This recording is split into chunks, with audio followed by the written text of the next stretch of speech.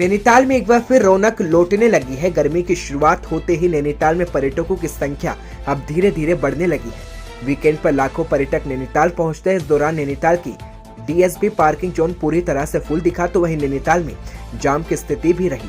वहीं वीकेंड पर नैनीताल घूमने लाखों की संख्या में पर्यटक नैनीताल आ रहे हैं और इस दौरान नैनीताल में व्यवसायियों के चेहरे भी खुश नजर आ रहे हैं। तो वहीं नैनीताल के होटल भी इन दिनों बुक चल रहे हैं। आगामी होली के पर्व पर प्रतिवर्ष की भांति इस बार भी मथुरा के चतुर्वेदी समाज के द्वारा श्री माथुर चतुर्वेदी परिषद के बैनर तले होली मेला आयोजित किया गया, जिसमें परिषद के द्वारा सभी तैयारियों का अंतिम रूप दिया गया। इस श्रृंखला में शनिवार को विश्राम घाट स्थित श्री माथुर चतुर्वेद परिषद के कार्यालय पर एक बैठक आयोजित की गई और अखिल भारतीय तीर्थ पुरोहित महासभा के राष्ट्रीय अध्यक्ष और श्री माथुर चतुर्वेद परिषद के मुख्य संरक्षक महेश पाठक की अध्यक्षता में बैठक आयोजित की गई। इस बैठक के दौरान मेले में निकाले जाने वाली झांकियों के साथ अन्य व्यवस्थाओं को लेकर विचार विमर्श किया गया और आगामी यमुना छठे मेले में भी परिषद के द्वारा आयोजित किया जाता है, जिसको लेकर भी विचार विमर्श किया गया।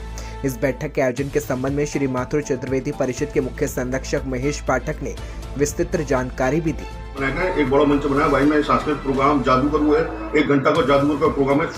शिक्षा से सब दे रहे अपनी सेवा। जादूगर है 1 घंटा का जादूगर प्रोग्राम है। मृदंग बारो पखावा जो पद्मश्री है, पद्मश्री वो अपनी सेवा दे रहा हूँ वहाँ पे। और तिरुपति बालाजी के काफी लोग आ रहे हैं। बालाजी की कुछ लोगों ने अपनी तरफ से दी है। खबर अलीगढ़ से है, जहां अलीगढ़ थाना अकराबाद क्षेत्र की पनेठी चौकी पर होली और शबे बारात त्योहार को देखते हुए ग्राम प्रधानों व जनप्रतिनिधियों के साथ शांति व्यवस्था बनाए रखने की बैठक की गई। चौकी इंचार्ज अमित कुमार राणा की मौजूदगी में ये बैठक हुई, जहां तमाम गणमान्य मौजूद रहे। अधिकारियों ने होली व शबे बारात त्योहार को शांतिपूर्ण तरीके से संपन्न कराने को लेकर लोगों से अपील की और आश्वासन भी दिया गया।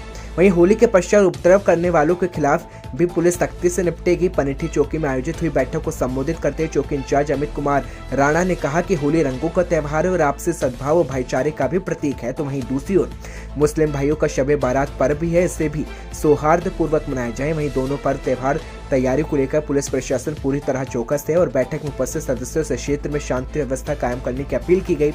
होली का त्योहार प्रेम और सौहार्द का प्रतीक है, इसे मिलकर उत्साह पूर्वक मनाएं और त्योहारों में अराजक फैलाने वालों पर कड़ी कार्रवाई की निर्देश भी पुलिस की ओर से जारी किए गए। इसके साथ ही पुलिस की ओर से त्योहार को सद्भाव के साथ मनाने की अपील भी की गई। गुजरात में गर्मी की शुरुआत हो गई, क्योंकि मौसम विभाग ने शनिवार को सौराष्ट्र और कच्छ में लू चलने का अनुमान जताया, क्योंकि राज्य के विभिन्न शहरों में अधिकतम तापमान 38 डिग्री तक पहुंच गया और इस दौरान पारा 40 डिग्री तक पहुंच सकता है, जिसमें त्वचा को भीषण गर्मी का एहसास होगा। वहीं आपको बता दें, मौसम विभाग के माने तो अहमदाबाद में अधिकतम तापमान 37 से 39 डिग्री तक पहुंच सकता है, तो आने वाले दिनों में पारा भी 40 डिग्री को पार करने की संभावना है। मौसम विभाग के पूर्वानुमान के मुताबिक पोरबंदर, राजकोट, सुरेंद्र नगर, गिर सोमनाथ, देव और कच्छ पंथ में लू की स्थिति बनी रहेगी और इन इलाकों में भीषण गर्मी पड़ सकती है और इस बीच राज्य के कुछ हिस्सों में तापमान 40 डिग्री सेल्सियस तक पहुंच सकता है।